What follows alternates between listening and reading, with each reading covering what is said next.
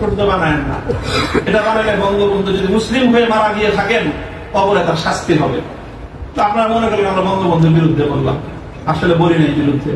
তিনি যদি আবারও বলছি, যদি আল্লাহ তাকে ইমানের সাথে খাতনা দিয়ে থাকেন, আমি জানি না কি অবস্থায় মৃত্যু হয়েছে সেটা কেউ বলতে পারবে না, তাহলে তার ভাস্কর্য, তার মূর্তি তৈরি করাটা এটা তার সঙ্গে চরম বিশ্বাসঘাতকতা। সর্বশেষ কথা হলো এই, খলিল ইব্রাহিম আলাইহিস সালামকে যখন এই হাত পা গুলি সব বাইরে দাও, তাইলে এই বুড়া মাথা যেগুলো আছে সেগুলো আর কি করবে, এই পলিসি নিয়েছেন। তো কাজেই যেটা করেছেন সেটা হলো, আবারও বলছি যে এই ধরনের যখন তাওহীদ এবং শিরকের লড়াই হয়ে দাঁড়াবে, আল্লাহ ভাস্কর্য বিরোধী আন্দোলন এটা তাওহীদ এবং শিরকের আন্দোলন, সব শিরকের সংঘাত ছিল।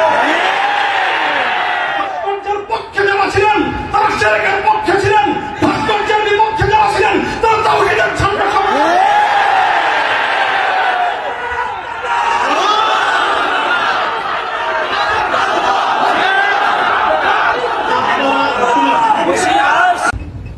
আমি এই কথাটা আমার কাছে তো মনে পড়ছে, বিলাসী এলেম চর্চা।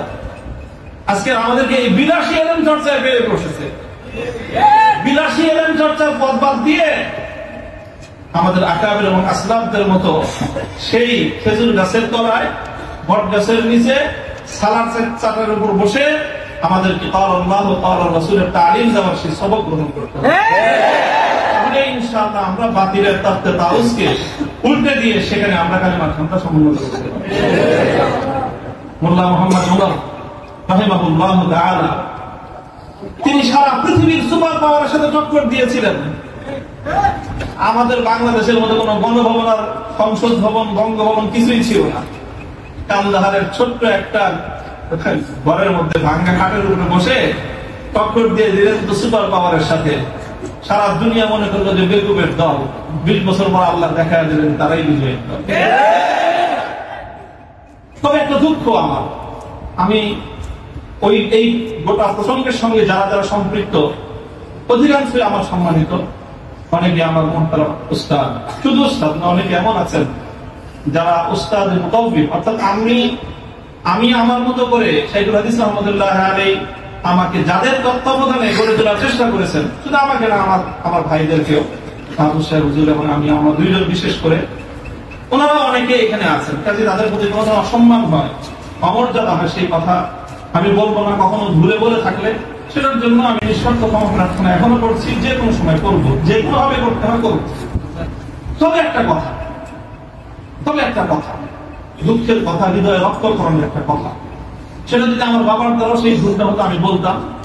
সেই ভুলটা যদি এখন আমার অভিভাবক মাহফুজ সাহেব সেই ভুল করেন সেটাও আমি বলবো। সেই ভুল যদি আমিও করি, আমাকেও যেন আল্লাহ সেই ভুলটা অনুভূতি দান করেন। সেটা হলো যখন এদেশে মূর্তির বিষয় নিয়ে বিতর্ক তৈরি হলো, ভাস্কর্য নামে জাতীয় পর্যায়ে মূর্তি তৈরি হবে কি হবে না এই বিষয়ে যখন বিতর্ক, তখন আপনারা সেই বিতর্কের মঞ্চে ডিজিটাল ছবি তোলাটা কতটা বড় অপরাধ, কতটা বড় অন্যায়, কত বড় গুনাহ, সেই মাসলা নিয়ে আসলেন।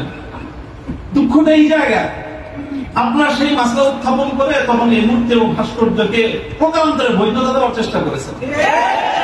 আপনারা বোঝানোর চেষ্টা করেছেন যে আজকের একটা ছাত্র ফেসবুকে তার ছবি আপলোড করা যতটুকু বড় অপরাধ, বাংলাদেশের স্বাধীনতার স্থপতি বঙ্গবন্ধু শেখ মুজিবুর রহমান সাহেবের 60 ফুট লম্বা ভাস্কর্য নামক মূর্তি স্থাপন করা সমান অপরাধ।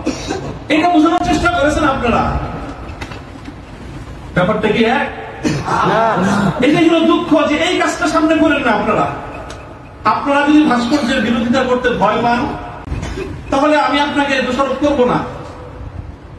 তবে ভাস্কর্য নামক এই সকল শিরকি সংস্কৃতির বিরুদ্ধে যারা কথা বলবে, তাদের প্রতিপক্ষ হয়ে মাঠে গিয়ে এই ধরনের বিতর্কিত মাসলা উত্থাপন করে জালিমের এবং যারা মূর্তি পূজারীদের দোষর, তাদের অবস্থানকে সংহত করবেন। আমি জানি না, যদি বুঝে করে থাকেন গফরাল্লাহু লাকুম, আল্লাহ আপনাদেরকে মাফ করুন। আপনি যদি বুঝে শুনে করে থাকেন আখাফু আলাইকুমুশ শিরক, আখাফু আলাইকুমুশ শিরক, না বুঝে করে থাকেন, সেটাই আমার ধারণা যে আপনারা অনেক বড় বড় আলেম, রাজনৈতিক প্রজ্ঞা আপনাদের কিছুটা ঘাটতি থেকে থাকতে পারে এই ক্ষেত্রে অন্তত। কাজেই এই জায়গাটায় বিলম্ব হলে আপনারা কথা বলেন, বিলম্ব হলেও কথা বলবেন, ইতিহাস আপনাদেরকে ক্ষমা করবে না। দেখেন না যে আমরা হেফাজতে ইসলামের কিছু নওজওয়ান আলেম এবার যেটা করছে, সরকার একটা ভালো বুদ্ধির কাজ করছে। আগের বার থেকে, আগের অতীত থেকে তারা শিক্ষা নিছে। শাইখুল হাদিসের মতো, মুফতি আমিনী সাহেবদের মতো বৃদ্ধ মানুষদেরকে মানে তারা আটকায় জাতির কাছে তারা একটা বিশেষ মানে বড় ধরনের একটা মানে আসামির কাঠ করে দাঁড়া গেছিল। এবার তারা আমাদের মুরব্বীদেরকে কারো গায়ে স্পর্শ করে না, শুরুই করছে মামুনুল হক থেকে, যে এদের হাত পা গুলি সব বাইরে দাও, তাইলে এই বুড়া মাথা যেগুলো আছে সেগুলো আর কি করবে, এই পলিসি নিয়েছেন।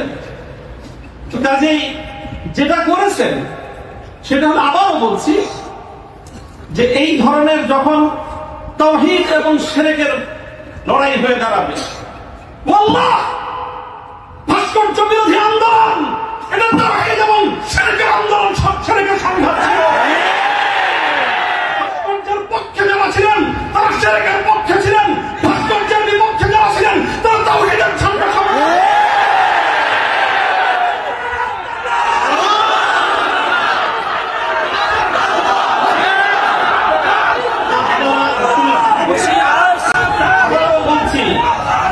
ভাস্কর্যের পক্ষ বিপক্ষের এই লড়াইকে একজন মরহুম মুসলিম নেতা, মরহুম বঙ্গবন্ধু শেখ মুজিবুর রহমান সাহেবের ব্যক্তিত্বকে মাঝখানে এনে বিষয়টাকে ভিন্ন রং দেওয়ার চেষ্টা করা হয়েছিল। আমরা তখনও বলেছি, আজও বলি, ভবিষ্যতেও বলবো, ভাস্কর্য এটা বঙ্গবন্ধু শেখ মুজিবুর রহমান সাহেবের, শহীদ প্রেসিডেন্ট জিয়াউর রহমান সাহেবের, সেটা আমরা কোনো পার্থক্য করি নাই। আমি এই কথাও বলেছি, ভাস্কর্য যদি স্বয়ং আমাদের মুসলিম জাতির পিতা খলিল ইব্রাহিম আলাইহিস সালামের হয়, তাহলে সেই ভাস্কর্যের সাথে কি আচরণ করতে হয় মুহাম্মদুর রাসূলুল্লাহ শিখিয়ে দিয়ে গেছেন। আল্লাহ রাসূল সাল্লাল্লাহু আলাইহি ওয়াসাল্লাম মক্কা বিজয়ের দিন বাইতুল্লাহ থেকে যেই মূর্তিগুলো বের করেছিলেন, যে ভাস্কর্যগুলো বের করেছিলেন, তার মধ্যে তো একটা ছিল ইব্রাহিম আলাইহিস সালামের মূর্তি। কি বলেছিলেন? কাতালাহুমুল্লাহ, আল্লাহ পাক এই মক্কাবাসীদেরকে ধ্বংস করুন, তারা খলিল ইব্রাহিম আলাইহিস সালামের মূর্তি তৈরি করেছে। আমাদের কথা আপনাদের পছন্দ হলো না, আমি বললাম যে ভাস্কর্য বানায়েন না, এটা বানালে বঙ্গবন্ধু যদি মুসলিম হয়ে মারা গিয়ে থাকেন কবরে তার শাস্তি হবে। তো আপনারা মনে করেন আমরা বঙ্গবন্ধুর বিরুদ্ধে বললাম, আসলে বলি নাই বিরুদ্ধে। তিনি যদি, আবারও বলছি, যদি আল্লাহ তাকে ইমানের সাথে খাতনা দিয়ে থাকেন, আমি জানি না কি অবস্থায় মৃত্যু হয়েছে সেটা কেউ বলতে পারবে না, তাহলে তার ভাস্কর্য, তার মূর্তি তৈরি করাটা এটা তার সঙ্গে চরম বিশ্বাসঘাতকতা। সর্বশেষ কথা হলো এই, খলিল ইব্রাহিম আলাইহিস সালামকে যখন এই মূর্তি বিরোধী আন্দোলনের, মূর্তি বিরোধী কার্যক্রমের পরিণামে নমরুদ কি করেছিল? অগ্নিকুণ্ডে নিক্ষেপ করেছিল, সবাই জানি আমরা। কিন্তু অগ্নিকুণ্ডে নিক্ষেপ করাটা এটা নমরুদের প্রধান শাস্তি ছিল। নমরুদ ইব্রাহিম আলাইহিস সালাম থেকে যে প্রতিশোধটা গ্রহণ করেছিল সেটা কিন্তু প্রধান এটা ছিল না, জোনাকে কি করেছে?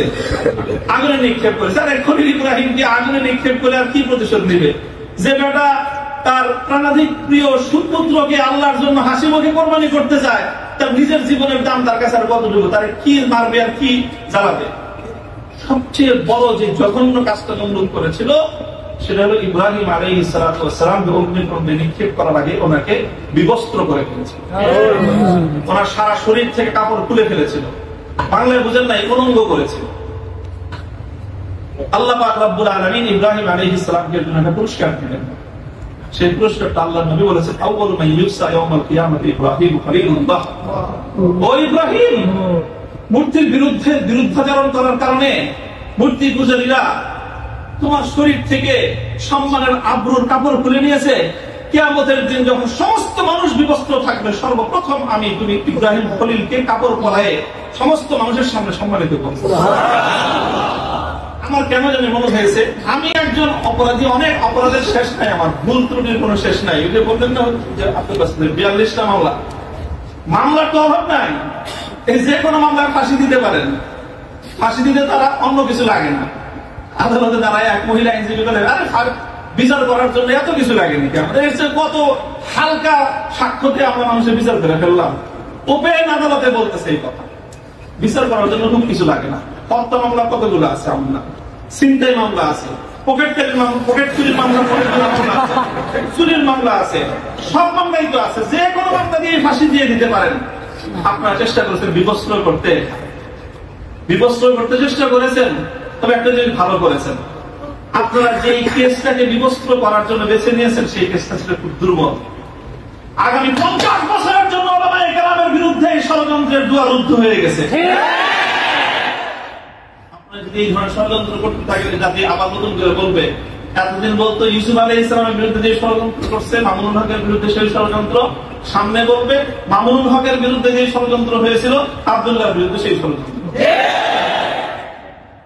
আমি আপনাদের কাছে দোয়া চাই আল্লাহ রাব্বুল আলামিন যেন আমাকে এটার বিনিময়ে ইব্রাহিম আলাইহিস সালামের সঙ্গী করে কিয়ামতের দিন। আমিন।